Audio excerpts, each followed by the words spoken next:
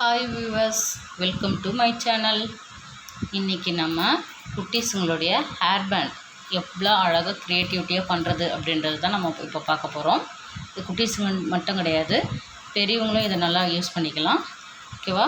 இந்த மாதிரி சிம்பிளாக இருக்கிற ஹேர் பேண்ட்ஸை எப்படி இந்த மாதிரி க்யூட்டாக ஃப்ளவர்ஸ் ஹேர் பேண்டாக க்ரியேட் பண்ணுறது அப்படின்றது தான் இந்த வீடியோவில் நான் உங்களுக்கு சொல்லிக் கொடுக்க போகிறேன். ஓகேவா? இதை ஸ்கிப் பண்ணாமல் பாருங்கள்.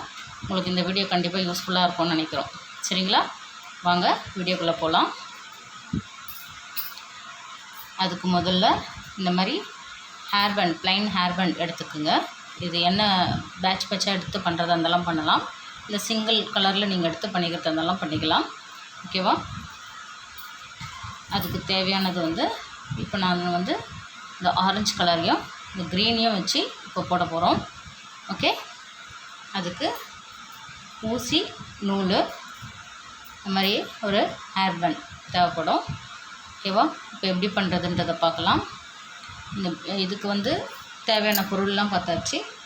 இதுக்குள்ள எனக்கு இப்போ பீட்ஸ் இல்லை. ஸோ பீட்ஸ் இருந்ததுன்னா ஃபஸ்ட்டு நீங்கள் பீட்ஸ் ஒன்று கோத்துடுங்க. கோத்துட்டு பண்ணிங்கன்னா நல்லாயிருக்கும். இப்போ என்கிட்ட பீட்ஸ் இல்லைன்றதுனால நான் இருக்கிறத வச்சு உங்களுக்கு பண்ணி காமிக்கிறேன். இதை இப்படி இந்த மாதிரி இருக்கும் இல்லையா, இதை இப்படி ஃபோல்ட் பண்ணிவிடுங்க.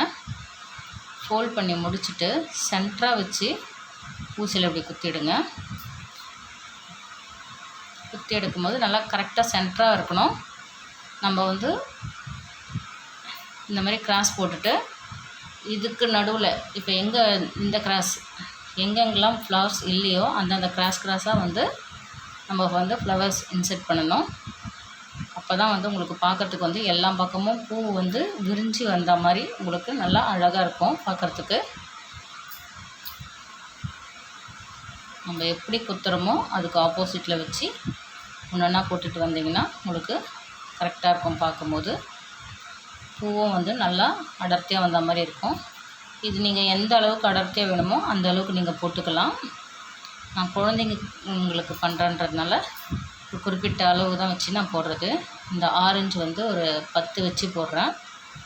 10 ஃப்ளவர்ஸ் வச்சுருக்கிறேன் ஆரஞ்சு. க்ரீன் லீஃப்க்கு கொடுக்குறோன்றதுனால நான் ஒரு 5 இல்லைன்னா ஒரு 4 அந்த மாதிரி வச்சு யூஸ் பண்ணுவேன். நல்லா பார்த்துக்குங்க. இந்த ஆரஞ்சு ஃப்ளார்க்கு யூஸ் பண்ணுறேன். பார்க்குறதுக்கு கனகாமரம் மாதிரி நல்லா அழகாக இருக்கும். இந்த க்ரீன் லீஃபுக்காக நம்ம யூஸ் பண்ணிக்கலாம். ஓகே, இதுவும் அதே மாதிரி தான் ஃபோல்ட் பண்ணிவிட்டு ஆப்போசிட் டைரெக்ஷனில் நம்ம ப்ரெஸ் பண்ணிக்கிட்டே இருக்கணும். மார்க் பண்ணும்போது மட்டும் சென்டராக வச்சு நல்லா கரெக்டாக வச்சு குத்தி விடுங்க. அப்போ தான் உங்களுக்கு நல்லா அழகாக பூ மாதிரி வரும்.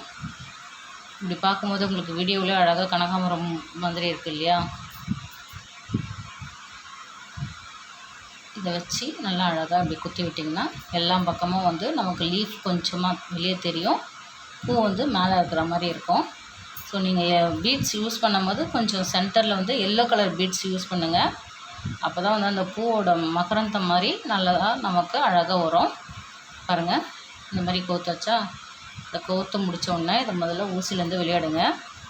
நான் கொஞ்சம் தடி ஊசி போட்டிருக்கேன், அதனால் இழுக்கிறது கொஞ்சம் கஷ்டமாக இருக்கும்.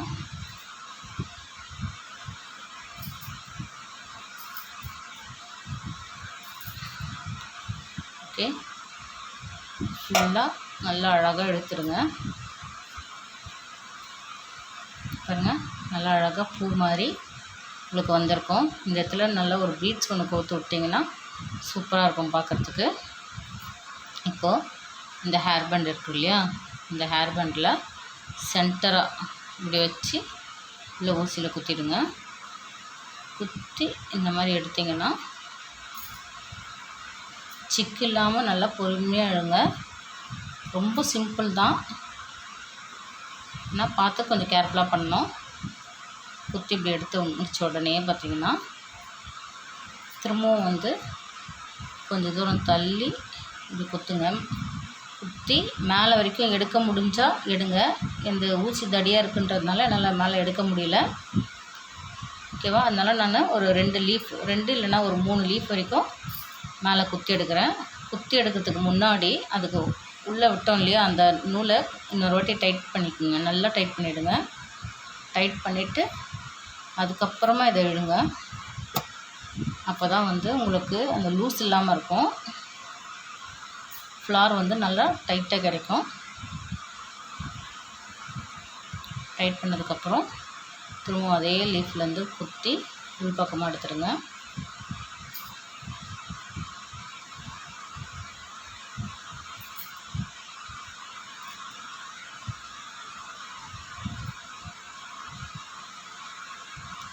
இந்த மாதிரி நல்லா எடுத்ததுக்கப்புறம் பார்த்திங்கன்னா உள்ளவே பேண்டுக்குள்ளவே வந்து ஒரு 2 டைம்ஸ் நல்லா குத்தி எடுத்துடுங்க. வீடியோவை ஸ்கிப் பண்ணாமல் பார்த்திங்கன்னா உங்களுக்கு கிளியராக இருக்கும் எப்படி போடுறோம் என்ன பண்ணுறோன்றது.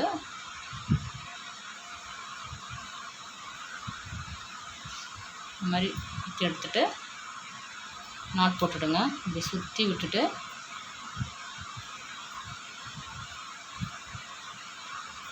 ஊசியை வெளியே எடுத்துடுங்க.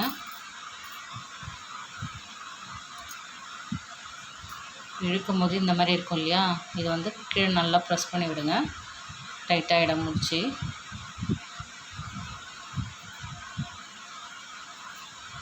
இந்த மாதிரி கரெக்டாக டைட் ஆகிடும்.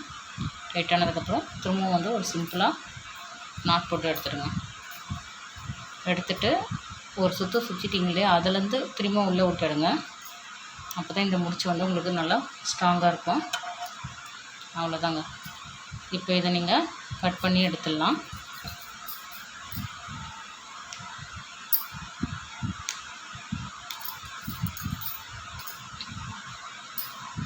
அவ்வளோதாங்க. பாருங்கள் எவ்வளோ அழகாக க்யூட்டாக இருக்குது பாருங்கள் பூவு. இது நம்ம பசங்களுக்கு ஏற்ற மாதிரி நல்லா அழகழகாக போட்டு வைக்கலாம். கலர் பேண்டில் வந்து நம்ம யூஸ் பண்ணிக்கலாம். இது நமக்கு எப்படி தேவையோ அந்த மாதிரி யூஸ் பண்ணிக்கலாம். பார்க்குறதுக்கும் அழகாக இருக்கும்.